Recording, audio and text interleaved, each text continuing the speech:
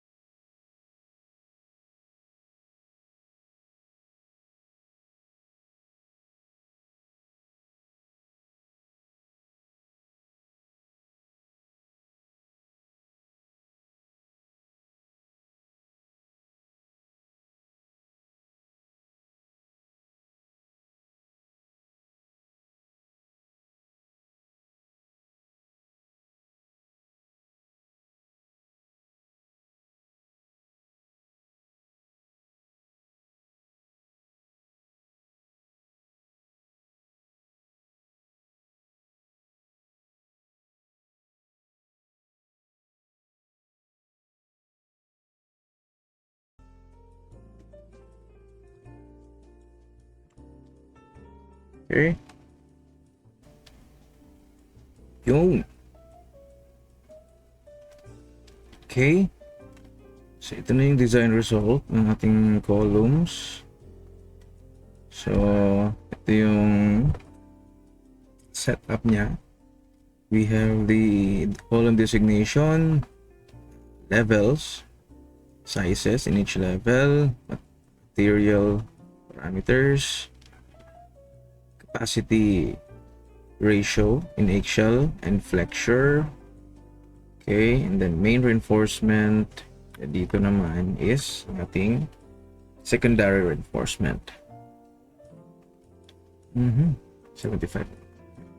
So as you can see, for example, wala namang failure tayo. So if merong failure and need i-redesign,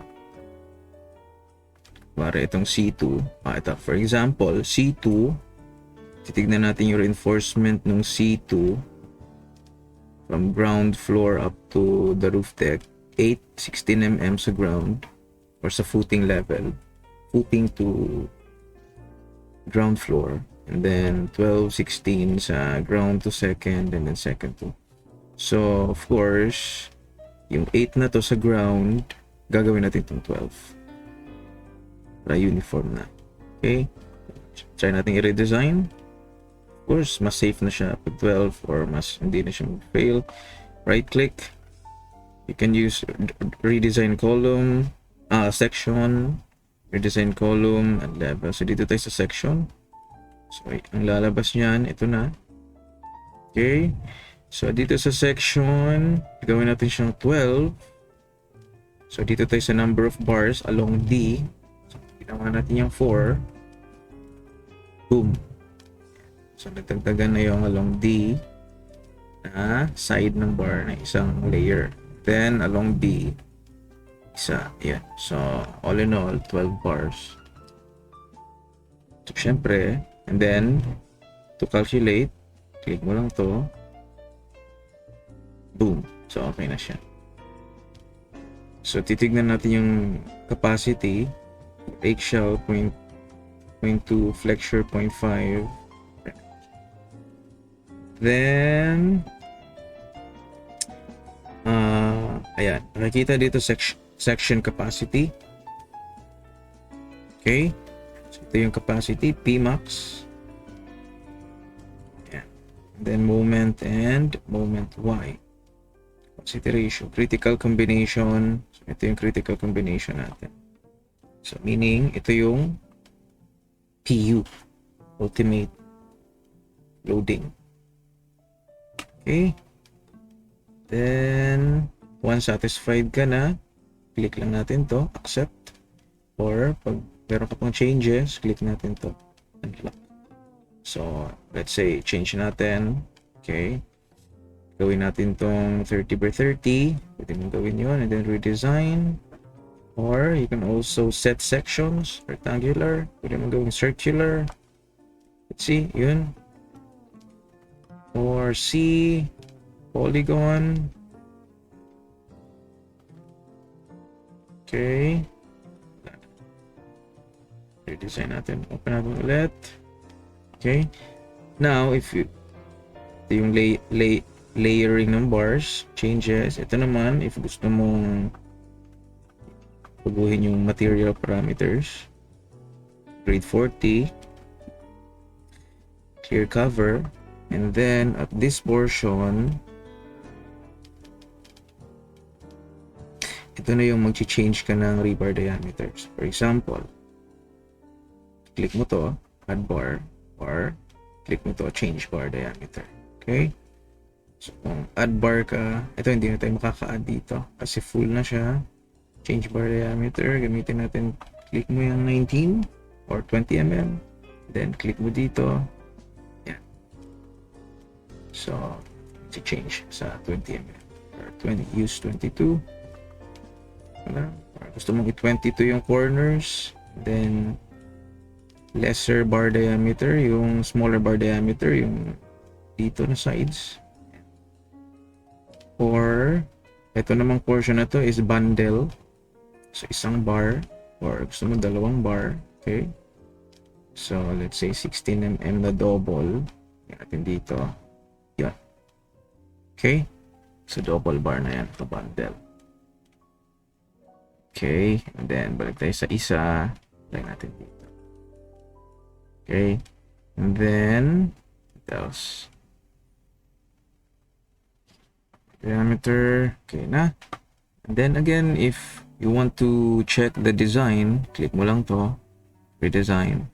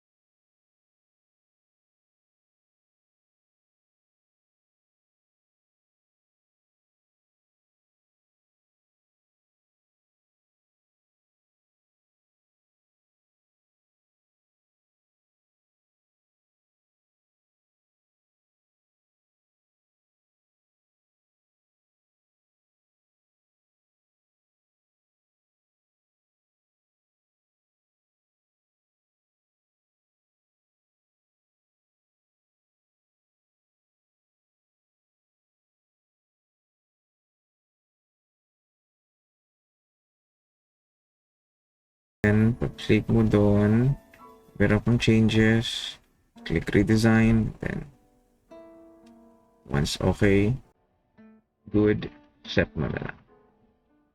Okay? Next, ano pa? Ignore section, copy reinforcement. Pwede mo copy yan and then click mo yung iba and then paste mo doon. For example, ito gusto mong i-copy. Ito gusto mong i-copy. Dito sa C3, paste reinforcement.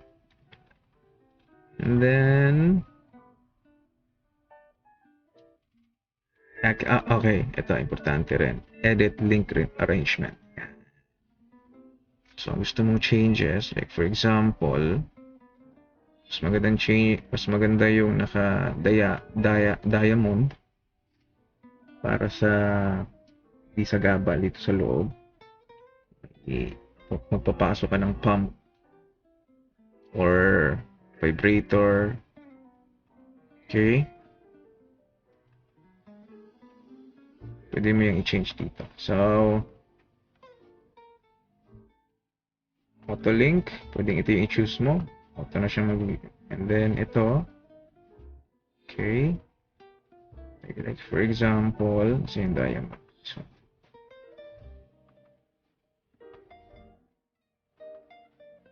yung. So, pwede ka maglagay ng ganyan. And then, i-remove natin ito.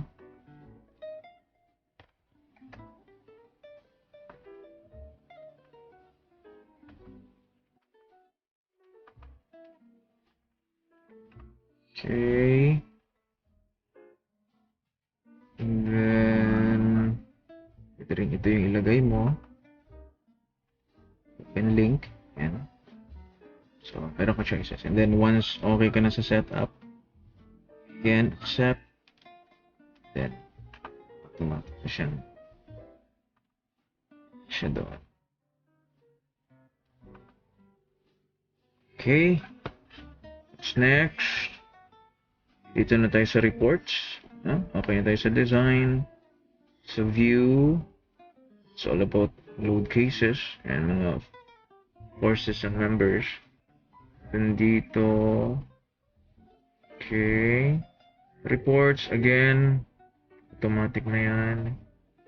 Sa text schedule. Talagay dyan. Levels. Foundation to ground floor. Ground to second. Second to third. Second to roof deck. Okay, so nakalagay na dyan. C1. So,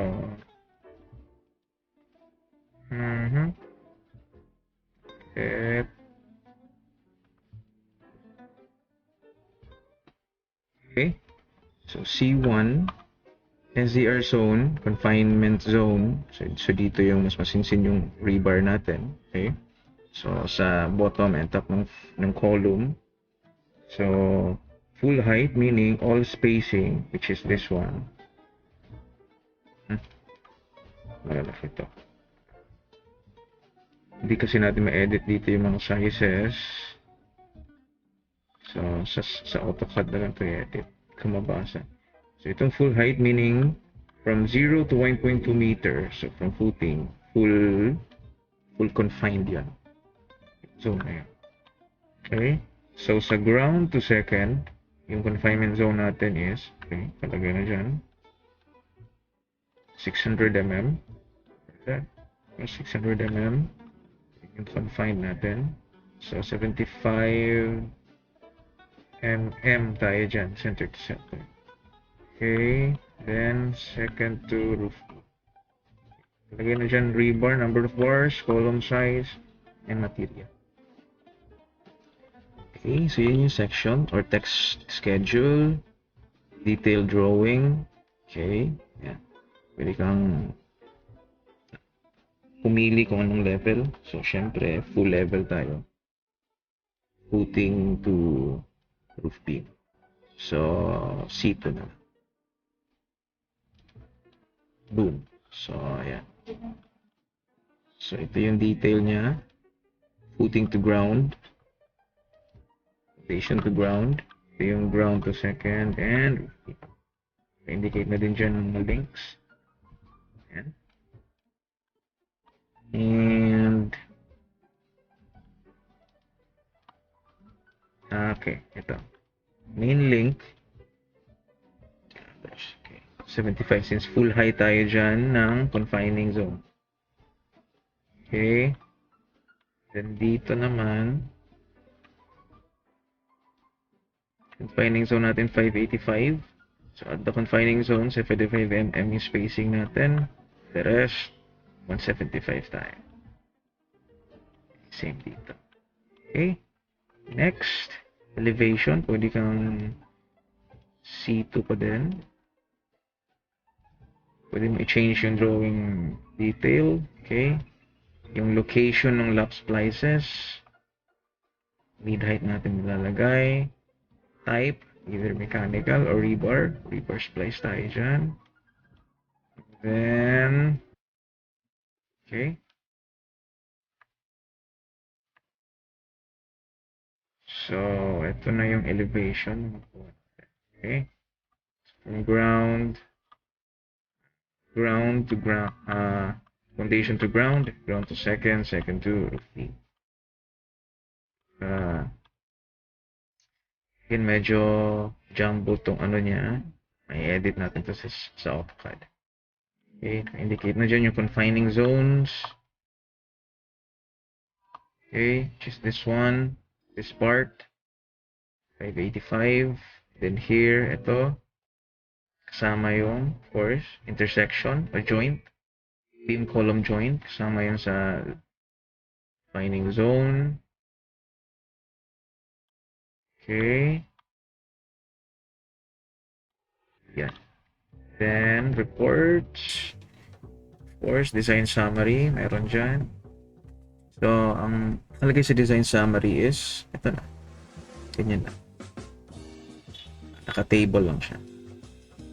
So, nakalagay ang mga load combinations. Okay. And then, levels. So, that, for example, sa column 1, ito na yun siya. So, first level, second level, third level. Okay. Ito lagay na dyan. And then, pag dito tayo sa design calc, of course, pipili ka, let's say, C2. Pwede ka rin pumili kung anong level sa column 2. Pwede. This case, sige. Ground to second floor ng C2. Design calculation. Okay. First, meron tayong mga definition of terms. Okay. Then, code references. So, we use 2014 PCI. Okay. So, first design is on sway. Yeah. Sway calculation, stability index. Condition, non-sway, which is very good. And general data. Ilagay na dyan. This is ground to second. So, 1.2 to 5.1 meter. Design code concrete. Okay. 3,000 PSI or 20 MPa. 410 MPa. Sa steel. Okay. Load data.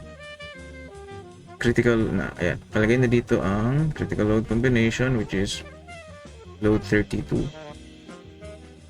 Okay. Critical location, load combination 25. Critical location, top joint. Palagay na rin dyan ang ultimate axial load and mga moment. Okay, and then effective length calculation. So, dito na talaga din. Include slenderness check. Okay, ito yung outcome. Column not slender along D. Along. So again, pag nag-fail siya sa slenderness, increase natin na naman yung size. Okay. Okay, calculation of design moment. Yan. Ito yung mga ultimate moment natin. Okay.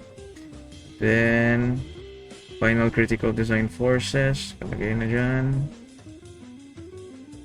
Yan na yung design forces na gagamitin natin for the design. Okay, computation of VPN. Okay, minimum area of steel.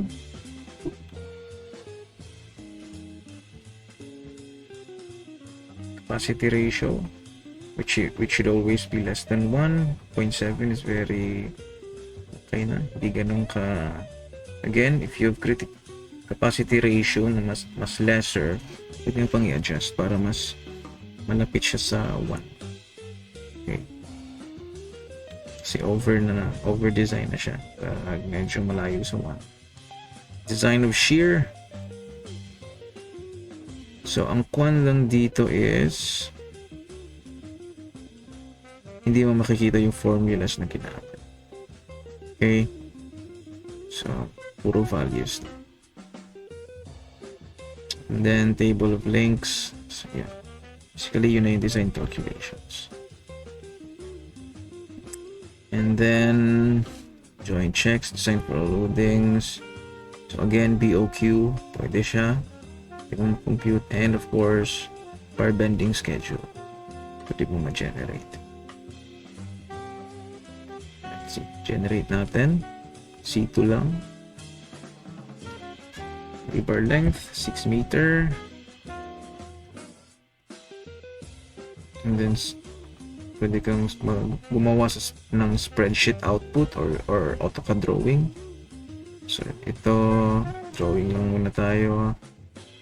Element, screen, generate natin, bam. So ito na yung bar bending schedule for C2. So dyan na lahat. Splice location, center ng column. So of course staggered na yan kasi naman yan sa code. Per code. Okay. Then, ito na yung table, bar bending schedule. So, cutting list na talaga. Alright. And then, merong summary dito for weight and length. So, magagamit natin for estimate. Na lahat. What else? ABC. So that's it. Okay, thank you.